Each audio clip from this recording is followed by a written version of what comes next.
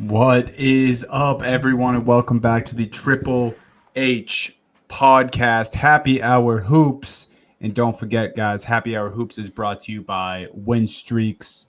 We are back with another Win Streaks sponsor. It's simple, guys. You pick 5 teams, or you up to 5 picks a day, excuse me. You pick your teams to win, accumulate points, and then you win cash prizes. NBA, NFL, NHL, college basketball, college football, MLB, whatever you guys want. It's there on the Win Streaks app. 100 players win cash prizes every week up to $2,000. And the contest runs every week from Monday to Sunday. Again, never any deposits, 100% free to play. Use our code HHH when you sign up. Go do that. Download the Win Streaks app now. Happy Hour Hoops, a podcast divided episode. The series starts tonight. Cavs, Celtics. We haven't had this yet. We've had some matchups in the past, Jake, since we started the podcast, but never anything like this. Starting round 2 in the Eastern Conference playoffs, we have Cavs, Celtics. Of course, we'll get to Steve and the Mavs starting their journey against the Thunder later tonight after the Cavs Celtics. But this is a good day. This is a good day to be us, fellas. How we feeling? Maybe it's a good day. It might be a good day for you guys. I feel like this feels the most equivalent I can add this to is the 2018 finals where we're going against the superstar Warriors with just LeBron. Mm-hmm. And you're just like, listen, I just hope we have some fun along the way. And that game 1 was one of the most iconic basketball games we've ever seen in our lives for good and bad reasons as a Cavs fan. So that's the position I'm in. We're the underdogs. We got nothing to lose. Let's go mess with the Celtics season a little bit. That's what I'm hoping for the best. But it's going to be a blast, man. I can't wait. Can't wait to see Dunny hate some random Cavalier 13 minutes into this game tonight. It's going to be a great time. I've been doing some scouting today.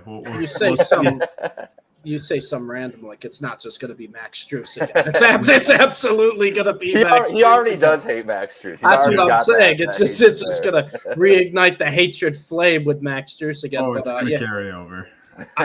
I'm excited. I think like I said, the Celtics have been very overwhelming favorites, I think, to come out of the East since the start of the season. But Cavs play them tough, and the Cavs have played them tough the past couple of years. So I'm excited for this playoff series. But to be honest with you guys, I know round 1 was pretty solid across the board. There are a couple series that weren't as exciting as others. These 4 round 2 series we have are all just incredibly enticing. I know the Timberwolves are up 2-0 on the Nuggets, but it's been a fun 2-0 so far. We've seen what the Timberwolves can do at their peak. I can't wait for the Mavs Thunder. They've had a little rivalry going all year long. You've had the SGA Luka MVP rivalry going, and now you're matched up in a playoff series. And then you got Knicks Pacers, which if game 1's going to say anything how that series is going to go, you might as well strap in because I think we have 4 really fun playoff series coming up. I know the Timberwolves are up 2-0, won both games on the road. It's so hard for me to see the Nuggets just fall over and get swept. So I really do think we're going to have 4 good playoff series. I think Cleveland might steal a game or 2. I really do. I think we're in for 4 really good series. I can't wait for round 2. I love that. Maniac confident. Can we give Stevie his dap? Doncic and co decimated the Clippers, and the Thunder only minor favorites here. Yeah, man. Yeah. 3.5 point favorites at home. You also get that home court advantage bump a little bit. They're saying these teams are pretty even on paper. And let's not forget, the Thunder fans are all going to be like, oh, we were 3-1 in the series on the Mavs in the regular season. Well, first off, throw out game 4. The Mavs played their G League team. No one was playing that game. Luka was out one game they almost won. They almost had the 30-point comeback. And then the first time they played the Thunder, the first time they were really full-strength Mavs since the trade deadline, beat them by 30. So I'm really looking forward to this series. Also, too, as you guys know, this is very public knowledge on the Happy Hour Hoops. We still have that Celtics Thunder 80-1 Yes. preseason bet that I said one of our first episodes. I love the Thunder as a sleeper team. I'm staking my claim, and here we are. They're both the 1 seeds. Now it's Thunder versus my Mavs. Of course, I sprinkled a little bit on a 36-1 Celtics Mavs future at the deadline, and then we had a real sprinkle of 110-1 Knicks Mavs future at the deadline as well. But I'm not cashing out. I'm just gonna let this thing ride. Let 'em ride. Mavs Thunder. I really do. As an NBA fan, I hope it goes 7. Mavs in 4, but I hope it goes 7. I want the Mavs to win in 4. I hope it goes 7. My realistic prediction, probably 6 games. I think Mavs win. Love it. Oh, I can't. Maniac and I both on your Mavs tonight, plus 3.5 too. So see it. We're buying in. To I love that. Road dog game 1. Lou Dort 1-on-1 against Luka. Oh, he's not going to need help. Good luck. 35, 10, and 10 against Lou Dort in his career. Good luck playing 1-on-1. That was an obnoxious Daniel comment. I saw you quote. I saw it from you where he said, "We hope Lou Dort gets off the bus on their plan or something like that." Keep him 1-on-1 against Luka the whole time. He had a horrible shooting series against the Clippers, and they still won in 6 pretty easily too. No. I think Lou Dort or Luka might have planted some a little suspiciousness there when he said that Lou Dort was one of the toughest defenders to go against. I think that was a little shit talking before the series, kind of, put it in their heads that they have one of the guys that can stop Luka, when in reality Luka's probably going to cook anyone unless they bring the double triple teams like teams like to against Luka. And then you got that guy Kyrie who's okay. Yeah. Not too bad. And we're gonna preview Cavs Celtics, preview Mavs Thunder towards the end of the episode. To start, we're going to kind of get into what we've already seen, all the storylines, all the drama from Nuggets T-Wolves. There's 2 games been played there, and then Knicks Pacers, which kicked off last night. Real quick, some news since the last time we recorded. Obviously, you guys held it down last week. I was on the IR with a real illness. Cooking back now. We're all the way back. Got some Bud Lights going on this show, ready for playoff basketball. So let's start with the news, gentlemen. Lakers fired Darvin Ham since the last time we recorded. Yeah. Not really much of a shocker, but everyone loves the discourse about LeBron and his coaches and what's next for the Lakers. Who are they going to bring in? Do they bring Vogel back? Is he going to get fired from the Suns? Do they bring in JJ Redick, Tyronn Lue, who, I mean, he got extended by the Clippers, pretty much shortly after all the rumors about Ty Lue going there. Yeah. Where do you guys think? Where are we at with LeBron and the Lakers right now? I have a crazy theory that I want to drop on you guys, but I want to hear what you guys think. I mean, if it's similar to mine, where like this podcast is just kind of getting JJ Redick ready to be the coach of the Lakers, and I wouldn't be surprised if we saw some interesting guests over the summer on this podcast. Maybe Zach LaVine wants to talk shop a little bit. Maybe Paul George wants to say a few words. Just some interesting guests on this podcast. It would be the most LeBron move ever to just have JJ Redick become the coach after doing the pod together. And I do think JJ Redick's an incredible basketball mind, so I don't think he'd be a bad coach by any means.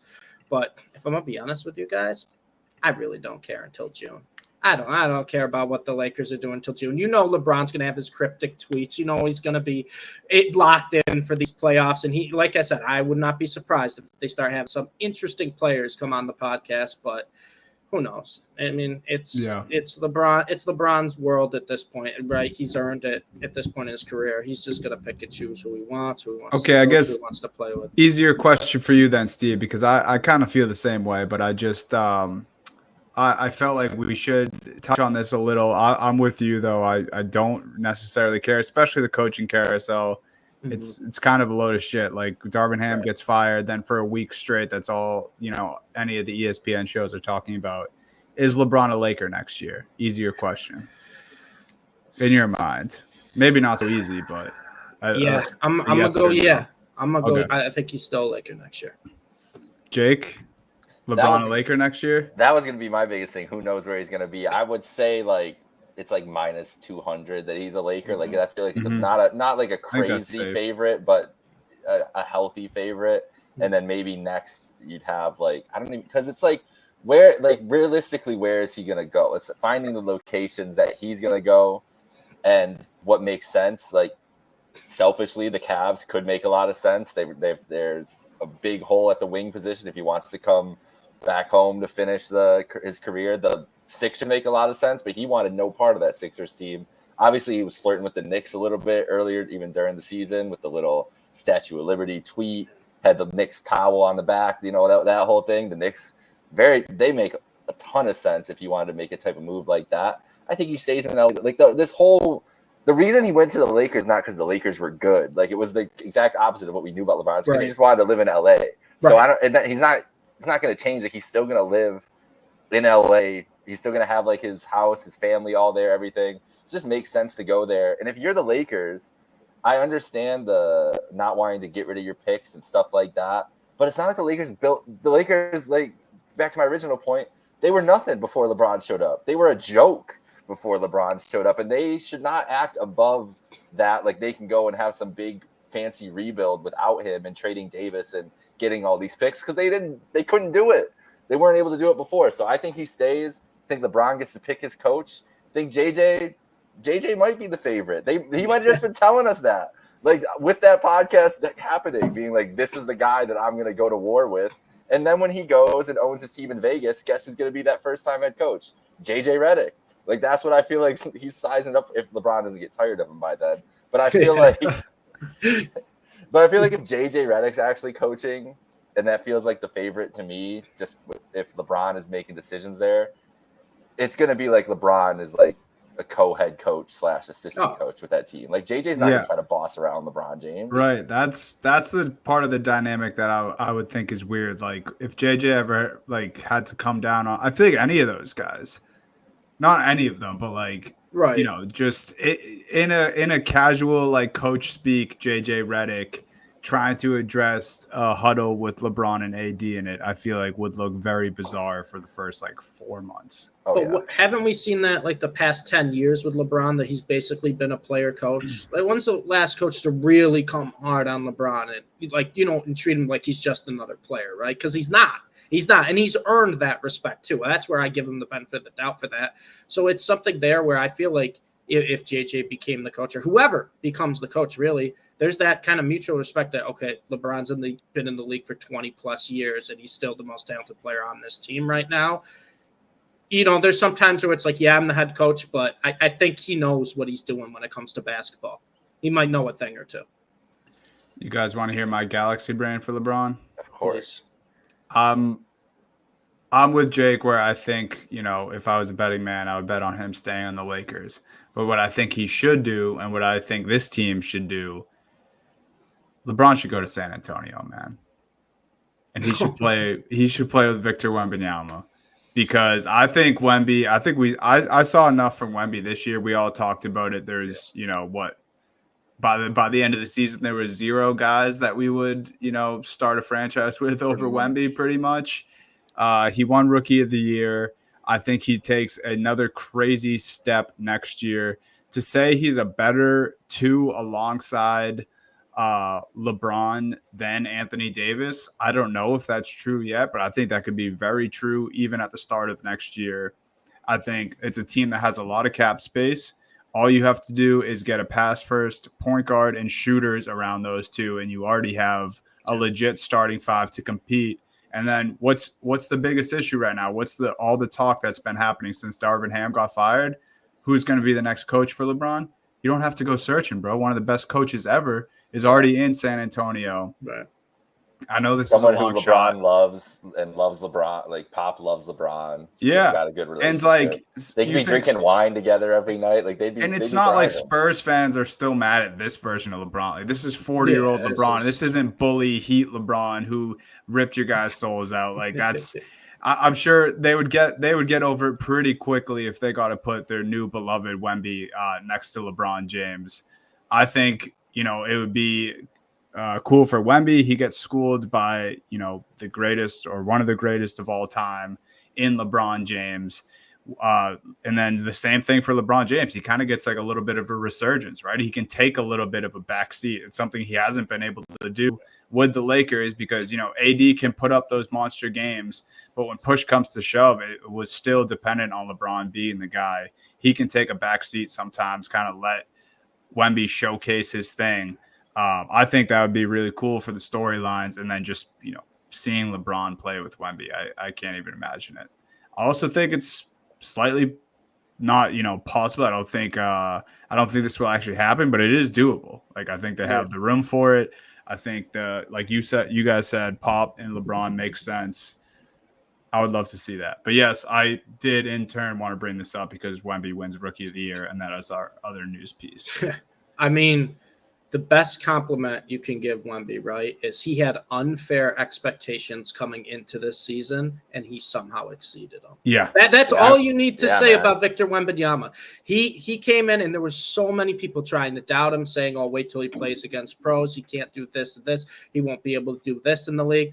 Unfair expectations, talking about as a generational talent, talking about Donnie, honestly, the best prospect probably we've ever seen since LeBron James, who was hyped up since LeBron James, and he exceeded the expectations. And it wasn't like it was like, oh, he kind of came on at the end of the year. It was like 3 weeks in. I'm like, oh, yeah, no, Wemby's going to be one of the best in the league. And he improved every single month as the year went on. That's what's so impressive to me, is the fact that this guy came out and he played great in his first game, but he played great like his first couple months, but he just kept improving. His outside shot improved as the year went on. His defense, he went from, a very good defender to arguably the best defender in the league in his rookie season. And that's what's so crazy, because we had such high expectations. And normally when you have such high expectations on this guy, they disappoint to a degree, right? And then they'll maybe takes them a couple of years to get accustomed to the league, accustomed to the speed of it, and really reach their true potential. Guys, I mean, we said it, the sky is the limit. Like, there's probably no one you're taking right now over Wemby. Like, if the NBA had a fantasy draft, they're like, all right, you got pick 1-1. It'd be really hard to pass on Victor Wembanyama and take someone else. And there are some very, very good young players that I think you can argue right up there with Wemby. But I don't think anyone would be mad if Wemby was like the top guy to go if they did a complete redraft in the league. I mean, he's that good. He's that young. And like I said, he improved. And the one thing that people don't talk about enough with Wemby, you see his results on the court, you see his size, you see the athleticism. It's his character, man. He's mature. It feels like he's been in the league for 10, 15 years. He's just mature. He just knows basketball, but there's no distractions off the court. He's there to work. Everything that Popovich has said is that he's a hard worker. He's one of the first in the gym, last to leave type of deal. I mean, that's all you can say about the guy. It's like the way the Spurs season went too. It's almost perfect because he exceeded expectations, like you said, but somehow left us wanting so much more too, right? Because obviously disappointing season for the Spurs, but I mean, to the very last game, like the Spurs beat the Nuggets, the defending champs, in the last or second to last regular season game, and now, other than enjoying the beautiful and amazing playoffs we're witnessing right now, we are still, just itching for more Wemby basketball, and that's can't come soon enough. So shout out Wemby for winning the Rookie of the Year. Maybe he'll be LeBron's teammate next year. We'll see how that goes. Let's get into the drama-filled series that is the Denver Nuggets and the Minnesota Timberwolves. I captioned this: there is no sauce with these Nuggets because the Nuggets are down 0-2. Anthony Edwards is the big bad wolf for the T-Wolves, and this is fucking crazy, man. Game one, obviously masterclass from Edwards, the big 40-point game. Nas Reed too. Incredible fourth quarter. Came in and was just, banking threes, hitting pretty much anything he wanted to get, getting to the basket. Just a guy who everyone knows he's capable of this. You give him the moment, and he shines against the defending champs. Game one was like, okay, here we go. And then last night, the defense was just turned all the way the fuck up by the Timberwolves. Swarming. Yeah, had Jokic and Murray just looking legit lost out there. Like Murray looked like he's just straight up having a bad time. Throw the heating pad on the court, and then Minnesota's a 2-game lead, and they go back home. Anthony Edwards said after the game he expects the Nuggets to keep punching, but they're going to keep punching back. The T-Wolves are not going to lay down. They're not going to get comfortable with their 2-0 lead. And they did all this without Gobert last night, too. A guy who was incredibly important in game one, a big part of the reason they won. He was defending Jokic about as well as you can, getting in the way of his passes, altering his shots. And then they didn't have him last night, and it really didn't matter at all. They won big. They were up 28 at the half. I think they won by 26 on the game. Yep. It's crazy, man. I'm kind of at a loss for words with the Timberwolves right now. Or, maybe the Nuggets. I don't know. One way or the other. This is interesting, right, Dunny? Because we saw the Nuggets win in 5 games against the Lakers, but we forget they were trailing in 73% of that series, right? And now it's like, okay, the Lakers are an older team, right? You can trail against them. You can come back. You can go on your classic second half Nuggets run where it feels like they always win the third quarter. Minnesota's not allowing that. You cannot get down early to this Minnesota team because you're right, Dunny. They're just going to keep fighting. And what was so impressive, I think, for the Timberwolves, especially in game 2, because they got up big early, right? They were up 30-plus points in the second quarter. Their defensive intensity did not go away. And as someone who watched the series where the Clippers had 2 separate times where they were up big on the Mavs, 25-plus, and I think 32 was the other lead, and the Mavs kind of were able to chip away, come back a little bit in the game. You could see the defensive intensity kind of was a little less, right? They were like, oh, we got a comfortable lead. Like, we don't. Minnesota, if you just took away the scoreboard, right, and you just kind of showed the game, you're like, what's the score of this game? You would have guessed it's a 1-2 possession game. By the way, Minnesota was playing on both ends of the court. And that, to me, is super impressive because Denver, not just this year, but last year as well, what made them be such a dominant team was that run they would go on after halftime, right? Where they'd go on like an 18-5 run coming out of the third quarter. And it would just be able to get the game kind of in their control, run away with it. And Minnesota's doing that to Denver. We saw it in the second half of game 1. We saw it in game 2 where they just won't let Denver go on that run. And I got to give all credit to the defense there, right? Because you look at their offense, it's kind of Anthony Edwards show game 1. Nas Reed had a really big fourth quarter. Game 2, Towns played really well. Got to give Towns a shout out. He had a great game without Gobert there, and he played very well defensively as well. But it's been, Ant-Man kind of taking that step up. But it's the defense, man. There is not one easy matchup on this Minnesota Timberwolves team. They had Jamal Murray 3 for 18 last night. They had him in hell. They had him in hell. Didn't matter who was on him. Conley, McDaniels, Alexander Walker. It did not matter.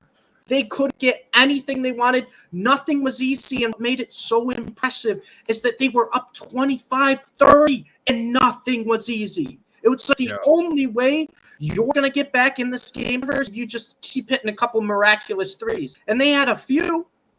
I think Holiday had a couple, but it did not matter because Minnesota just... The fact that they're relying on Justin Holiday is the problem of Exactly.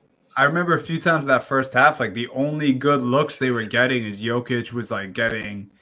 triple team, double teamed on the post, and he flung it to Holiday in the corner a couple times. And it was like, these are the only wide open looks they're getting is Holiday in the corner. And, the other closest things to an open look they were getting was like a fall away MPJ 3. And I mean, he didn't have it at all last night. No one on the Nuggets did. It was crazy. And, we talk about Jamal Murray being this playoff performer, which he is up until this point. He's one of the best in the league at performing in the playoffs. And last night, he looked like a guy who couldn't wait to get rid of the ball. Every time he touched it, he was frantic. They were throwing the double. He had his hand up in the air, like, how am I not getting fouled? Like, is this defense lethal? And it was. They were just putting the clamps on him. They made the Nuggets super uncomfortable. Jake, should be punishment, if at all, for Jamal Murray throwing his heating pad on the court? I think they're just going to fine him. I think it's probably too much for a suspension. If it was like at a player or like, like I don't know, like I know he threw it on the court, but if he like threw it in somebody's face or like in their chest, like that's a different thing. I have a hard time imagining, especially wanting this. They don't want the series, like the league doesn't want the series to be 4 games, 5 games. Right. And so I've imagined that Murray will get us pass here and get to play on Friday night. But it's telling how they like this team is kind of crumbling already in this series, right? Like it's only like a 2-0 lead, yes. Not looking good. Going back to Minnesota, we saw how that crowd looked and how they were at home all year. Like it's a tough thing uphill, but Murray battling with the injury and the shooting struggles and everything, but to show like that kind of mind frame when you're the defending champs and it's only game 2 of this series, it's kind of crazy. I imagine a fine. I imagine they don't suspend him. I don't think he should get suspended too. I could see if he would, I would be like, okay, like I understand you kind of just you can't let that precedent go by. But I would just give him a nice hefty fine and then call it a day and go from there. Can they argue that he was throwing it towards the ref to suspend him? Like, probably. Can you make that argument? Because I mean, that would be my guess. Right? Yeah, that's what I'm saying. It's like if you're gonna suspend him, right, then you got to make the argument there. Oh, he's trying to. Yeah. But to be fair, well, I don't even know. Like, if we're talking about going after the ref, like, how did Michael Malone stay in that game? I know, man. That was outrageous, man. Like, I think Jamal was just following suit of his coach and realized that he got away with it. So he was like, all right, I can fucking throw this thing at them if he can do that. They all lost it, and that was the crazy thing to see about that game is Denver being so frustrated. Like rattled. This is a team who had, like, the thing about Denver is you're like, oh, well, they got Jokic and Malone's a good coach. Like, they have answers for everybody, no matter how they're defended. And you thought coming into this game, like, we were talking about it yesterday, we're like, you don't think Denver's going to get back one? And it's like, they should. Like, they should be able to respond to this. And no, it was like Minnesota doubling down and be like, no. We can dominate you. Like, now we know that we can beat you. Now we can physically dominate you in this game. And it comes down to, like, we've talked about Denver as I think I've been higher on Denver as the favorites than you guys have all year long. But when you look at their roster and like the contributors they have, it's not like a team that they had last year. And they don't have guys that can. Brown's a big loss. Brown's a huge loss. And Reggie Jackson being hurt, especially if Murray doesn't play Friday. Now they have a couple days till Friday. Because Reggie Jackson is physically hurt and his feelings are hurt after Ant dropped him like that last night. I think it was Jamal Crawford on the broadcast said he was proposing to Ant. He made him get down on one knee. That's hilarious. But yeah, like they don't have a lot of options when Jokic is getting, double, triple team like he is. And even Jokic looks like, how many times have you seen Jokic look uncomfortable? In both games this series, even game 1, he had a decent game, a better game 1 and everything else. He looked uncomfortable the whole time. Yeah, it looked difficult. Yeah, it's not even the missed shots. Like he was straight up just throwing the ball out of bounds. Mm-hmm. Like, dude, his turnovers. We've never seen Jokic play this sloppy. Maybe he really wants to go home. Maybe the horses need some loving. The Derby just happened. He's That's true. He's missing horses. He's like, I need he watched the horses. Derby before game 1 and was like, I can't do this. I can't do a June thing again. I can't go to June again. I mean, we have breaking news into Happy Hour Hoops as we're talking about this series. Rudy Gobert, Defensive Player of the Year. Okay. Just announced. Hey. Shout out to Mr. Gobert. No clap. They robbed Wemby. No clap. He gets 1/3 of an applause on Happy Hour Hoops. His defense was so good he didn't even have to play last night for him to rattle the Denver Nuggets. This is crazy though. Wolves up 2-0. We'll move on to Knicks Pacers here, but I mean, game 3 must win for the Nuggets, right? If they lose that one, they're done. They're not coming. You remind me, I forget what skit it is, but we're like, would you consider this a must-win game? Like, yeah, it's a must-win game. Yeah, Denver doesn't want to go down 3-0 to an elimination game of Minnesota. Especially a team that plays defense like this. It's crazy. I love what Anthony Edwards is doing. It's great too because last thing I'll say here, how sick of guys do we get like Draymond Green who talks shit, and even the mishaps with Pat Bev after the Indiana series, and like there's guys who are yappers in the league. There's guys who talk shit. There's guys who are just out there to get under people's skin. Like the way Anthony Edwards goes about talking shit, and then the games that he has to back it up, it's like you can't really get mad about this guy. He's kind of doing everything right on this run right now. He's playing a likable villain, right? Yes. You know what I mean? Like he's playing a villain that everyone wants to root for. And he knows it too, right? Yeah. Like he's telling you guys, like, who did he say that? Or KCP. He was friends growing up with KCP, and he was like, yeah, but I'm gonna try to fucking kill him in this series. Like, he said the same thing about Durant too. He's like, yeah, we're friends, but no, this is go time.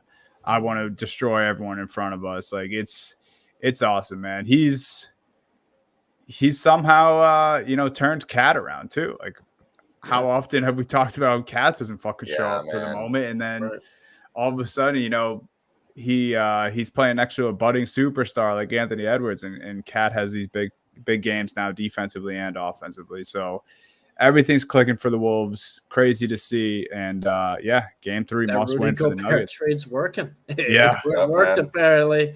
Hey, we doubted the Timberwolves for a while, but you know what? Can't doubt them anymore. Not anymore. Yeah. And the thing about the last thing on this, the thing about the Gobert trade too, and what's opened my eyes, especially with the vision, seeing it in the playoffs and everything, is that in Utah, he was like everything to that defense. Like it was like, we're funneling everything into Rudy and he has to clean up everything. And that's what got exposed. With this Wolves team, he's honestly just like a super role player. Like it's just like, Rudy, be the best rim protector in the league. And that's it. Like, because they have guys on the perimeter. They have such a good, as we're seeing even last night without him, like how good and how impactful defensively this team can be without him. So his role is so much lesser and he can really like accentuate what makes him great. So it doesn't hurt to have him on the team. Like I've been hating because, it's like he's going to get exposed in the playoffs, but this defensive team is built so much better than those Jazz teams were that it doesn't work that way. Like Anthony Edwards compared to Donovan Mitchell defensively is like night and day. And it's not, and then you got a guy like McDaniels and the other guys on this team. Even Alexander Walker, Kyle Anderson. Yeah. So. Yeah, Mike Conley too, like just a guy who's been there, still great on-ball defense. Like Mike Conley had 4 points last night. Jaden McDaniels had 5 points last night. Like if you look at the box score, you're like, oh, like how impactful were these guys? No, they were the reason that this was a 26-point loss for the Denver Nuggets. They had Jamal Murray and Hal. 3 of 18. I think Michael Porter Jr. was 1 of 7 from 3. Jokic shot under 50%. That does not happen. It doesn't happen, man. It's simply just special what the Timberwolves are doing. So shout out them. Knicks Pacers also happened last night. Knicks take a controversial game 1. 43 points for Brunson. Can't take anything away from him. The Knicks fought back. And all they were doing was playing the game. But let me ask this to you guys. Did you guys think the refs were too involved down the stretch?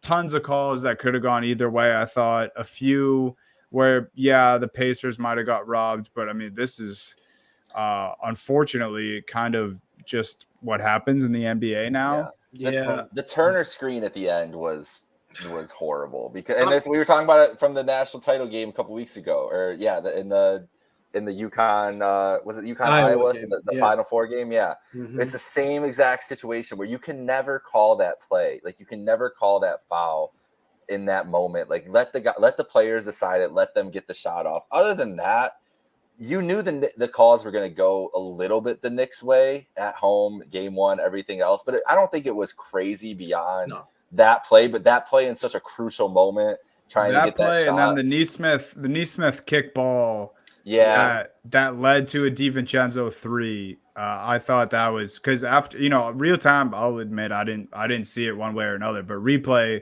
pretty clear that he used his hand to break that up. Would have been a steal and Pacers fast break, and I don't know what would have happened on that fast break, but I do know when the Knicks got the ball back, DiVincenzo hit a 3 there. But I'm with you. Like these things happen. And I think it's just annoying. Like more people watching Brunson, right.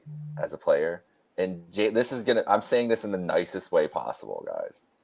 Jalen Brunson is just James Harden who shows up. Like that's the offense that he's playing right now for the Knicks. He's dribbled. The only person who has more dribbles than him is actually Darius Garland in this playoffs, which is a problem for the Cavs. It's a good thing for the Knicks.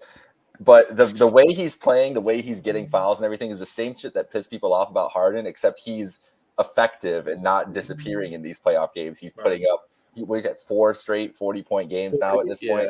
It's ridiculous. But to have those kinds of, like, when you're doing that all game, it's a game with the refs are involved more than you want it to begin with, more than a casual fan wants it, because that's the way Brunson, he's looking for contact at every chance he can get. And I don't think he's as abhorrent going out of his way for it, but he is searching for it a lot of times too. So he's doing the up and under move, as much as he can. And he's doing a little bit of the Trae Young, a little bit of the James Harden. If they're going to jump into you and you can get free throws for it, why not? Like, that's how the NBA is. It's set up for that way. I'm not too upset about the Miles Turner call because, I didn't think it was a great call.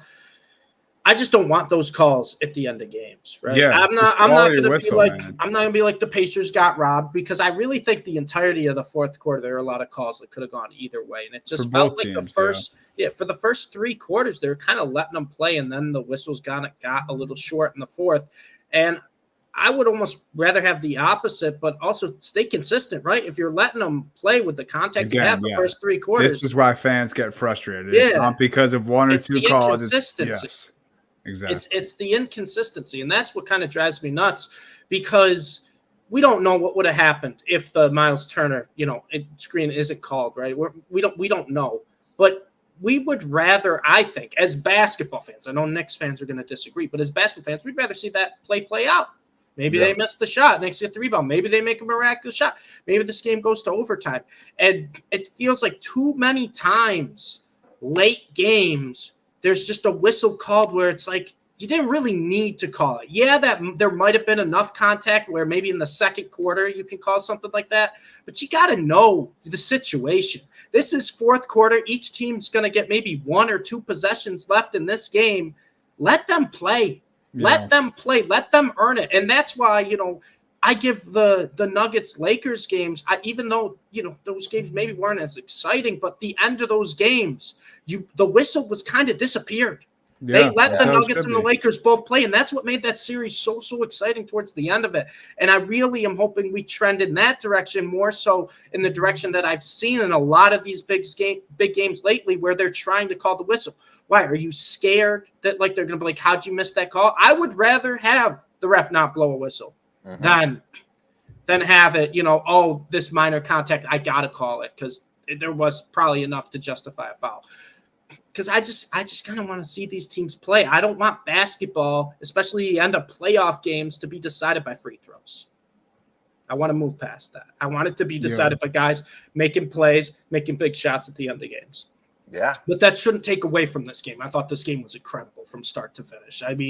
This is a team, the Pacers, that all they want to do is speed you up and run, and they somehow got the Knicks to play their style, and the Knicks didn't back down. And that was something they just kept fighting back.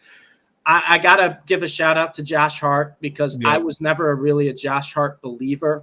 I didn't think he was that special before he got to the Knicks. This guy played 46.3 minutes a game in the series against Philadelphia. He played 48 last night. He did not come out for a second in the game against the Pacers. 24 points, 13 rebounds, 8 assists. A guy who can do everything. And also Josh Hart, too, if you watch the playoff series, if you really watched him since he joined the New York Knicks, he's never the biggest guy in the court. He is, without question, every single game, the best rebounder in terms of just his effort and his aggressiveness on the boards. And it's one of those guys where maybe you just need a certain environment, certain situation, certain coach to kind of unlock you. We never saw this. We never saw this with Josh Hart. We never saw this with Josh Hart before he got to New York. Now I'm looking at him. This is a guy I would run through a brick wall for. Yeah. This is a guy I'm like, I need him on my team. This is the exact type of player you want. And it's just the Knicks making it work. They're just making this team work. Dante DiVincenzo. We never saw Dante DiVincenzo play defense like he has in the playoffs. We've never seen. No one thought of DiVincenzo as a guy who would play defense like that. He had a couple. I don't know if you guys remember. It was early in the game, but he had a block. I forget who it was on, but he was looking the other way and it was kind of coming back towards the basket and blocking. I forget who it was. It might have been Naismith. I can't remember, but it was just so impressive watching that, and it was just like, this is Dante DiVincenzo. This is a guy where like, oh, he's just a catch and shoot 3 guy. You're not gonna the guy that the Warriors had, and they let go. Yeah. Milwaukee, right? He had a stint in Milwaukee too. It's like, this guy's just going to come up, shoot a bunch of threes. If they go in, they go in. That's not the case anymore. Yeah. And I got to give the Knicks so much credit for that. They've created that culture. They've unlocked Jalen Brunson too. I loved him on the Mavs. I never thought he'd be close to this good. I thought he'd be a solid player for the Knicks.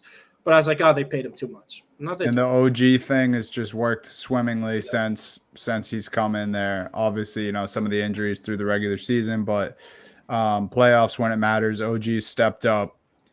I will say this game last night made me feel better about the Pacers than I thought, because I actually thought that the Pacers let this one get away from them. Aside from the ref bullshit at the end, however you want to think about that, I don't think it's as monumental as people are making it out to be on Twitter.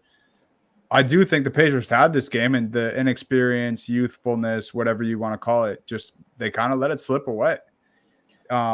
Even down to the very end, like Halliburton had a layup with 9 seconds left when they were down 4, and he just turned it over. And who knows what would have happened? They would have had to foul again, and they didn't have timeouts. But like just that was kind of like the epitome of the Pacers' fourth quarter, is that final play where Halliburton turned it over when he had a layup.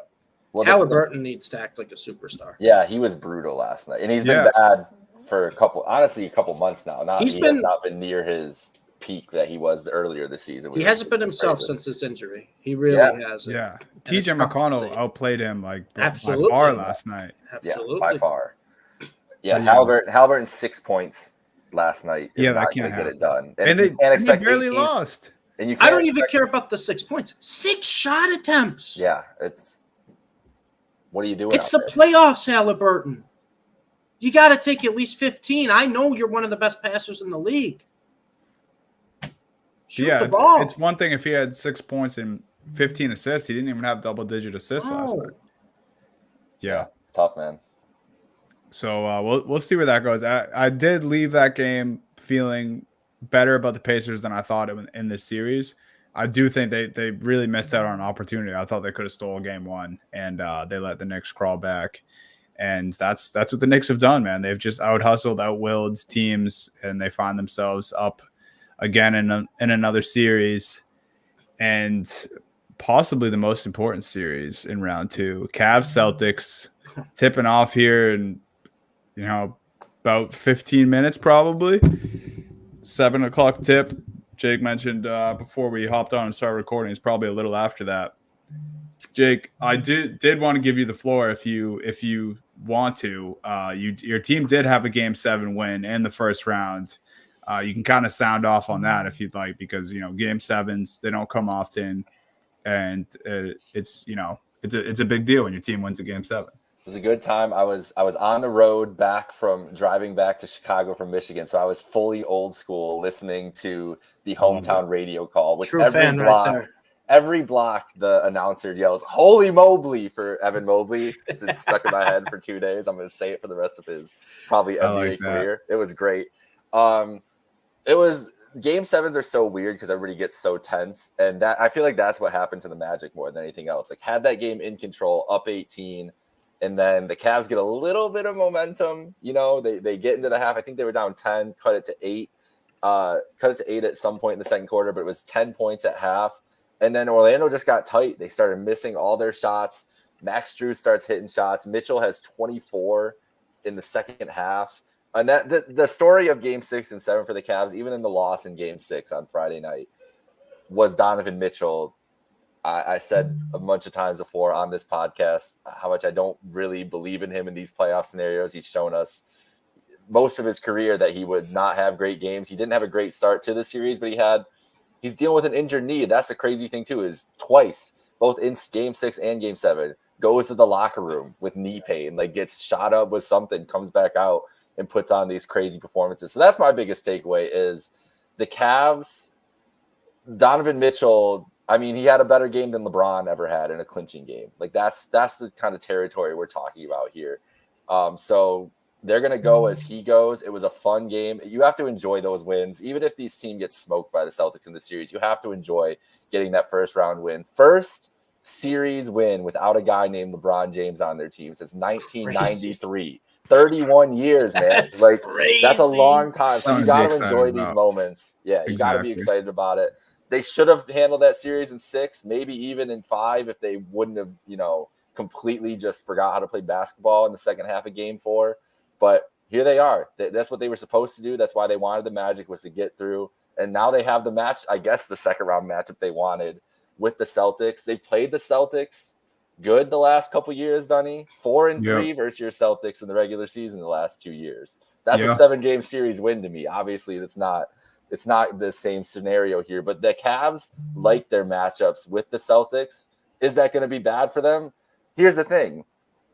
The other option was the Knicks, who bullied the fuck out of them last year. So you might as well see what the other side has to offer. But Game 7 was fun. It was a good time. You got to enjoy those moments as a fan. Great comeback, too.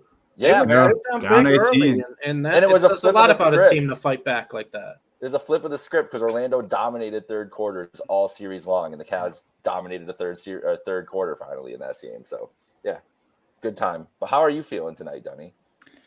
I feel good. Like I was saying to you, I think my biggest thing for this series and tonight, I want the Jays to kind of assert their dominance and then, kind of keep that same energy moving forward. Obviously, Derek White has been an absolute flamethrower. So if he wants to keep shooting, I'm not insinuating that he shouldn't continue shooting, but I think we are in order for a Tatum monster game here soon. I wouldn't be surprised if it's tonight. I did sprinkle Tatum to have 40 points tonight in game 1. But yeah, I just think they keep playing with the same togetherness. I think they handled business like they were supposed to against the Miami Heat.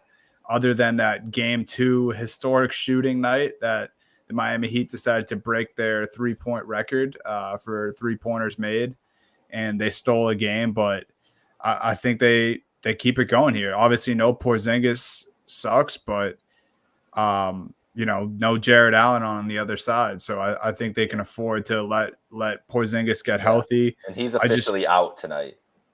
Jared Allen. Yeah. So yeah, I think Allen will be back at some point this series. I don't see Porzingis coming back. I think they're probably going to try to let him get as much rest as they can, but you just got to do what worked in the first series. And then the only other thing is, like I said, I would like to see a little bit of the Jays takeover. Yeah, I'm excited for the series as a non-biased observer of this series. Right, I'm really excited to see a couple things. Number one, like you talked about, Derek White, Dunny. I mean, he caught my eye in the Heat series. We knew he was good. I didn't realize what he did in that first round series was unbelievable. Then he got the credit for it, right? They gave him like the 4th best player of the first round. That list was terrible, but we'll give Derek White credit for being, I think, 4th on that list. I'm excited to see what he does against this Cavs team because I don't really know who the Cavs are going to match up on Derek White defensively, and I think he'll have a very favorable matchup the entirety of the series. I'm also curious too, Evan Mobley's situation, especially with no Porzingis. Yeah. That was kind of the length right there, the matchup right there, right? Mobley and Porzingis. You got no Jared Allen. You got no Porzingis. The Celtics are going to play small, and the Cavs, playing small or playing big doesn't matter. Mobley's going to play regardless. He was very inconsistent in the first round. He had some games where he was great. He had some games where he completely disappeared. And I think that the Cavs want to have any chance in this series, Mobley has to show up. He needs to take that step up that we've seen every now and then, but the inconsistency with Mobley has always been the big concern. This is his series. I think this is his chance. I expect Mobley to probably be the guy who's going to be on Tatum most of the time defensively, I would think. And I also expect Mobley, like you have the most length of anyone on the court at this point. You have to get what you can in the paint because we talk about, Tyrese Halliburton, where he just didn't have aggressiveness on offense, kind of disappeared. We see that with Evan Mobley. I don't want to see a game where Mobley only has 5-6 shots. You are the second best player on this team. No disrespect to Darius Garland. I like Darius Well, it's not Garland. Darius Garland right now, that's for sure. No, but I'm not trying to disrespect him by saying that. Mobley was drafted to be the second best guy on this team. He was drafted to be the 1A, 1B with Donovan Mitchell. I got to see more from him, and I think the Celtics give Mobley finally a favorable matchup. I don't think the Magic had that type of matchup with Mobley. I think Celtics give Mobley a favorable matchup. He's got to capitalize on it. That's the difference in this series, and that's why I'm interested to see what the Cavs' plan is for defending the Celtics, but also attacking the Celtics, because the length that the Magic were throwing out like 4, 6, 10 guys at once, 4, 6, 9 guys at once. Like, it was crazy. And now obviously the Celtics have great size. The Jays have good size. Horford's going to be out there. Holiday 6'4", but I mean, Drew Holiday, you don't want to mess with him at all. But so I don't even know what the path is. Mobley dominating in interior would be a path for them to be in these games. I don't know what the path is other than Mitchell carrying them or one of these role guys having the night of their life in all these games. Like if LeVert scores 30 or 25 or Strus scores 25. Like, other than that, I don't know how they generate enough, because defensively Mobley is going to be asked to do everything. Like, Mobley is going to be asked to clean up everything, to protect the rim, to probably guard, switch on to Tatum and Brown if he's not taking that matchup, like you said, directly head on. And if he is taking that matchup head on, then you need Okoro or Strus to be rebounding like they're a center against Horford. So it's tough. I don't know what to expect from them, how they're going to attack it. I don't like JB Bickerstaff as a coach when it comes to X's and O's, but I'm interested to see what they try to do against the Celtics team, because there's not a lot of answers to attack the Celtics. Really, just not a lot. Yeah, the last thing I'll say about the series is you guys both, mentioned Mobley there. I think Mobley's biggest thing that scares me in this series is him hitting the offensive glass. I think at times, even when Porzingis is out there, we've struggled to grab defensive boards, and that's killed us in some games in the regular season. It hurt us in some quarters in the Miami series. And Mobley's a guy who he had 16, 18 rebounds in that game 7 against the Orlando Magic. Yeah. So, and if he has any advantage tonight, it's the athleticism advantage over Al Horford. So that's one thing I'm looking at for Mobley in this series. I think that's the one thing that scares me a little bit, putbacks or even just extra opportunities kicking out to Garland and Donovan Mitchell. I also don't love that Garland was able to get a little bit of his mojo back at the end of that game 7. He's been a guy who's shot cold through the playoffs here, but kind of got his feet under him, kind of hit some shots down the stretch, made some big plays. And then obviously, Mitchell's on a tear, but I trust White and Drew there. And then I also wouldn't be surprised if we see a lot of Jaylen Brown on Mitchell in this series. Yeah. I think that'll probably be the move for the C's, but that game's coming up very soon. We're gonna get through or get to the next series here. I don't mean to say get through, Steve. No, we want to get through. we got a little quick Steve rant for this next series. Yeah, so you have the floor, sir. This is the National Broadcast Agenda series. This is right here. Luka versus SGA, full popcorn.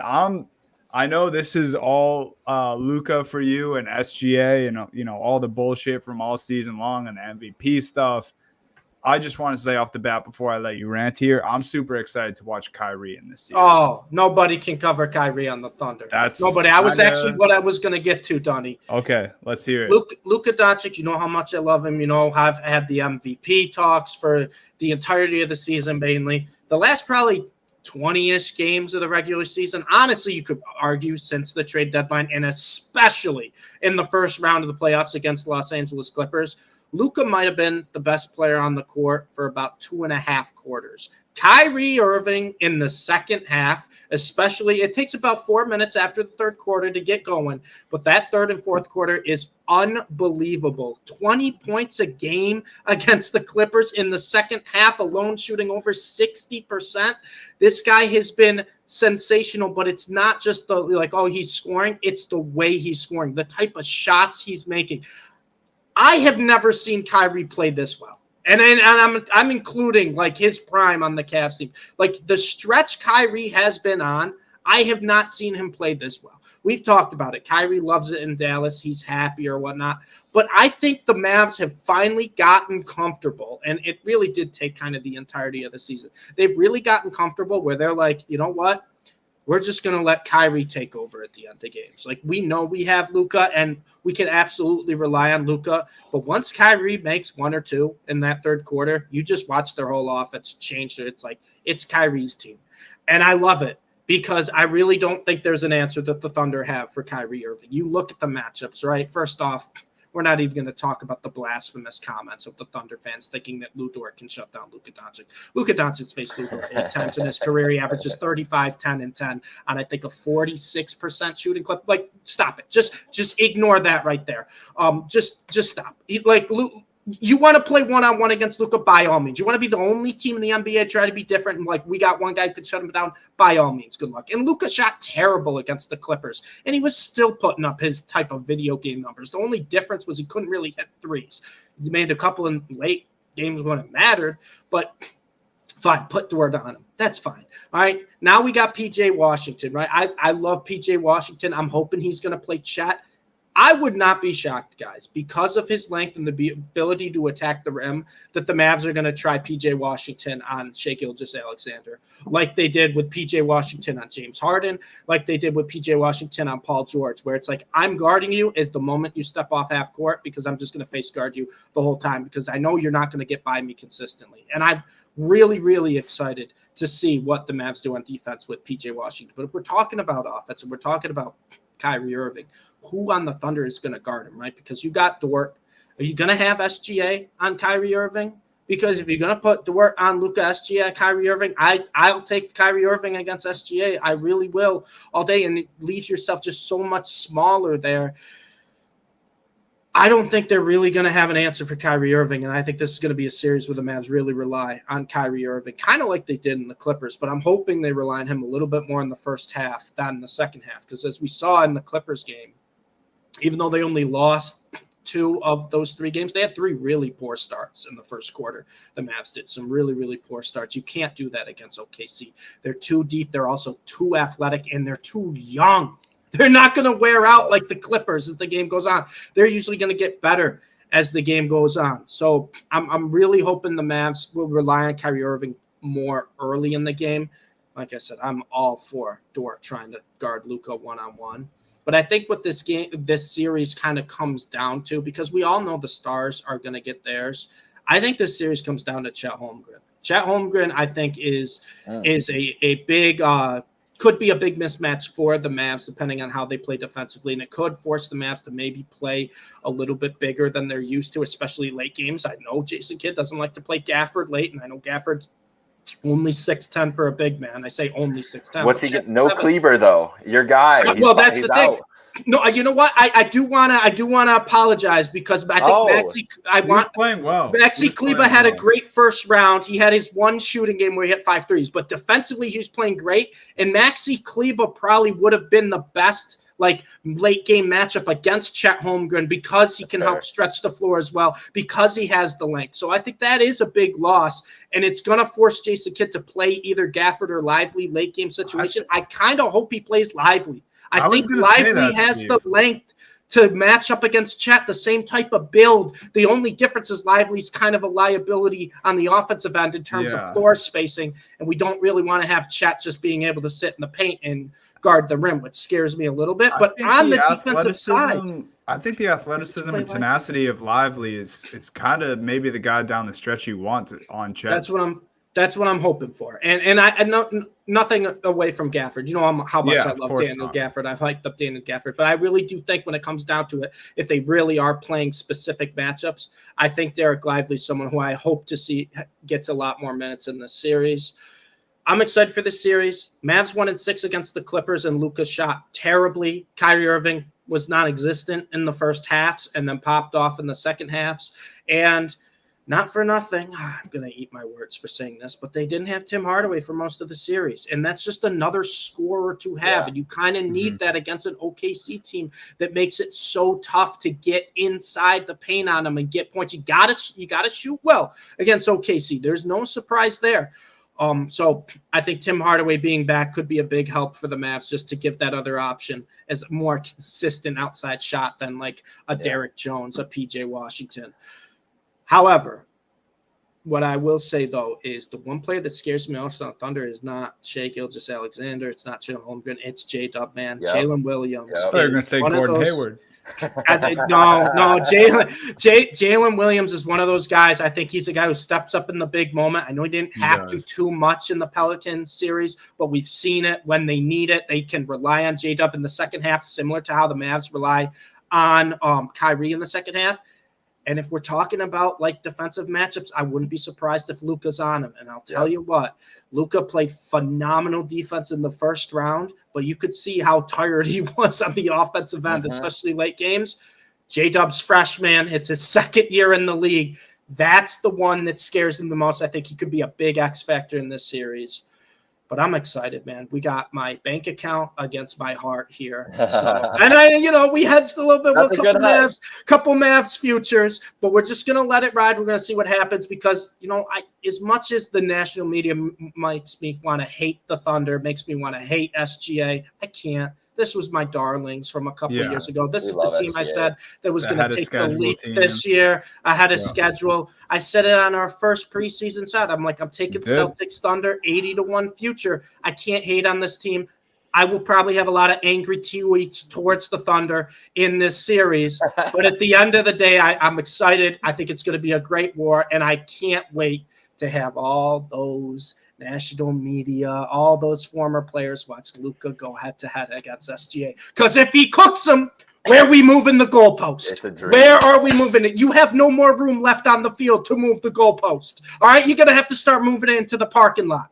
It's a dream. That was a great breakdown of the series. This is a potential Luka legacy series. So I know you're feeling excited about that. SGA starting the legacy out. But you mentioned it. Jalen Williams is the guy I'm looking for because I feel like he's the guy left up, not a matchup, and can really make an impact on it. It's going to be so much fun. This is the series, like basketball-wise, I'm most excited to see because I have no idea how it could play out. It's going to be fun, man. There we go.